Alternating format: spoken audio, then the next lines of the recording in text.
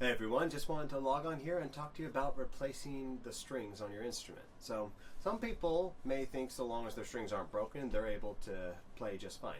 The truth is that sometimes strings just wear out and then they don't sound as good as they used to. So over time, sometimes the need to replace the strings is just simply for better sound quality.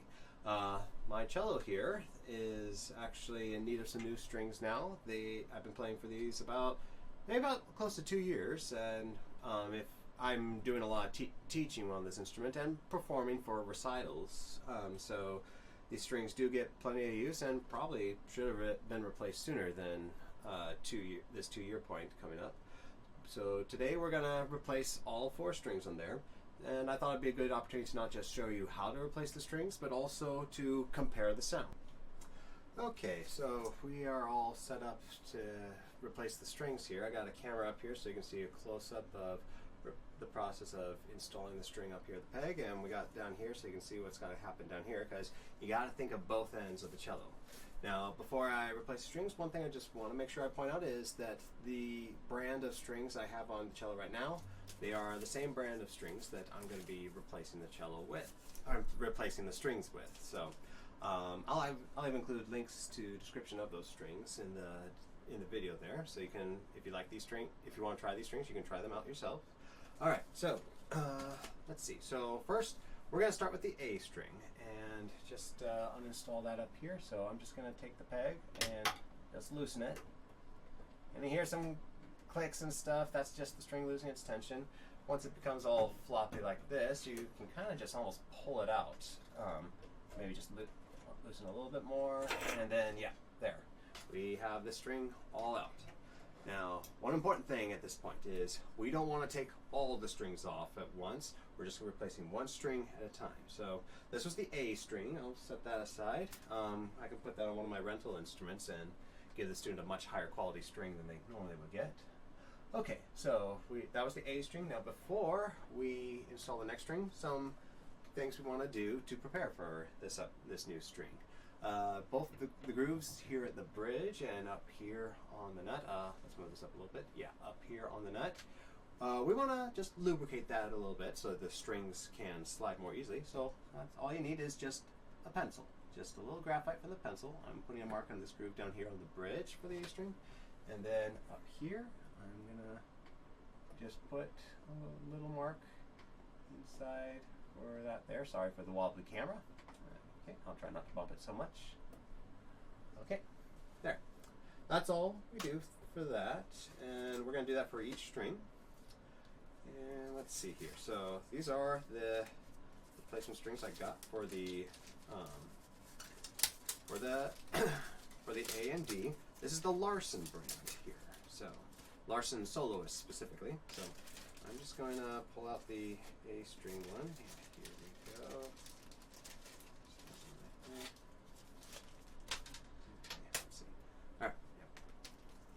So this is the thinner one. This is both the A and D string from Larsen, so I'm going to just go for the thinner one there. Okay, let's see.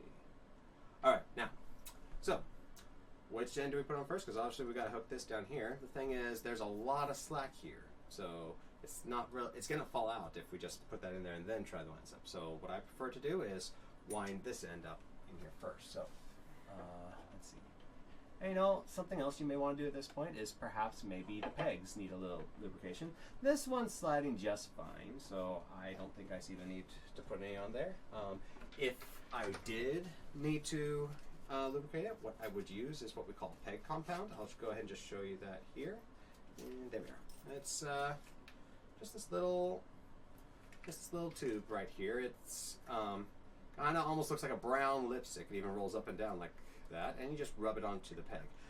But again, my cello doesn't, my pegs here, they don't seem to need that. They're moving just fine, so I'm not going to worry about installing it. Now, let's see. So we're going to focus up here now. First, I'm going to try to get that hole right there just off to the side. And we don't want to stick this string all the way through like that, because then as we wind it up, it's just that string's going to scratch the back of the peg box there. So what we want to do is just kind of let it barely stick out. And then I'm going to turn the peg. I'm going to turn it away. I'm just going to use one finger to hold the string in place. And then the other hand, I'm just going to start turning that peg away. Okay, just got to pull a little tension on there so it stays wound. Okay, let's see here. Okay, yeah, it's sticking out a little bit there. Let's see, I'm going to put this back under there. Alright, so now one important thing at this point. We want this string to stay tied in. So what I'm going to do is I'm going to take the string, first pull it away from the peg over here, and I'm going to make 2 full turns like that. So there's one. We got it been around once, and now I'm going to go for the second one.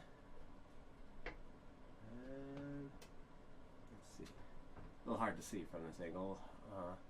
Okay, yeah, we went around twice. Now I'm going to pull the string towards the peg, and I'm also going to, at this point, push the peg in a little bit more.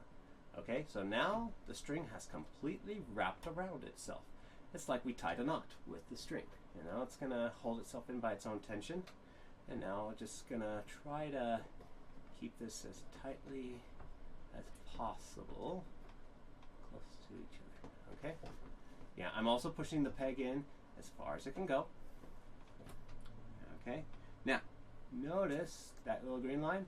That means we're getting to the end of this point of the string. So, what I'm going to do now that I've got this in, I'm going to check the slack and see if I have enough to put it in down here. And yep, I have enough where I can just simply hook the ball in there, just like that. And then by just pulling up on the string, we'll get that lined up with groove. By just pulling up on the string and I can hold it, the tension taut enough so I can tighten it the rest of the way. Okay? Alright? Okay? Alright, now I got to replace all the strings, so I'm not going to worry about tuning this at this point, but I'm just going to get taut enough that it makes a tone. Okay. Alright, so there's that. That's the A string, and now we got to go through the remaining strings here.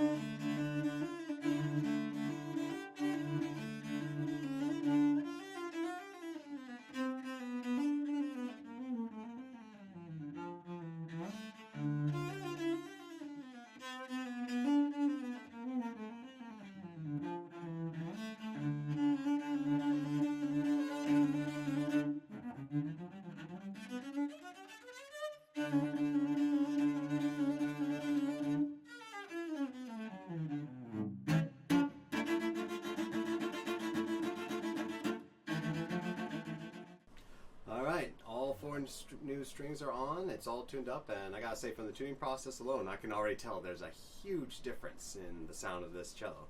So let's now play through the scale and the same songs again and see and compare.